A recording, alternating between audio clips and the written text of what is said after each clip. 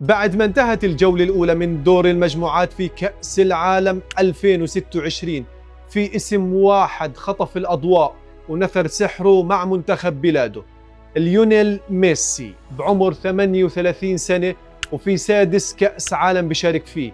ميسي افتتح مونديال 2026 بطريقة خيالية بهاتريك أمام الجزائر، وقاد منتخب بلاده المنتخب الأرجنتيني للفوز ب3 أهداف مقابل لا شيء، ووصل للهدف رقم 16 في تاريخ مشاركاته في كأس العالم، معادلا رقم ميروسلاف كلوزا كأفضل هداف في تاريخ البطولة.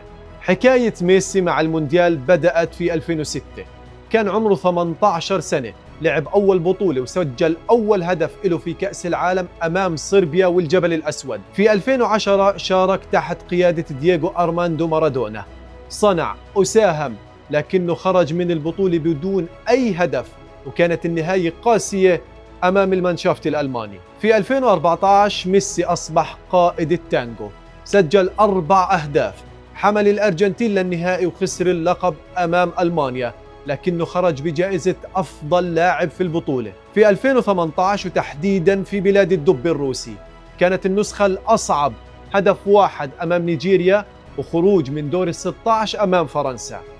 ثم جاء مونديال قطر 2022، النسخة الخارقة من ميسي اللي غيرت كل شيء، 7 أهداف، قيادة تاريخية، نهائي مجنون أمام فرنسا، وأخيرا ميسي برفع كأس العالم، اللقب اللي كان ناقص في قصته. وفي 2026 بدل ما يدخل البطولة كذكرى جميلة، رجع يكتب فصل جديد بهاتريك في أول مباراة. ميسي عنده 16 هدف، 27 مباراة و6 مشاركات مونديالية، من طفل في 2006 إلى أسطورة في 2026.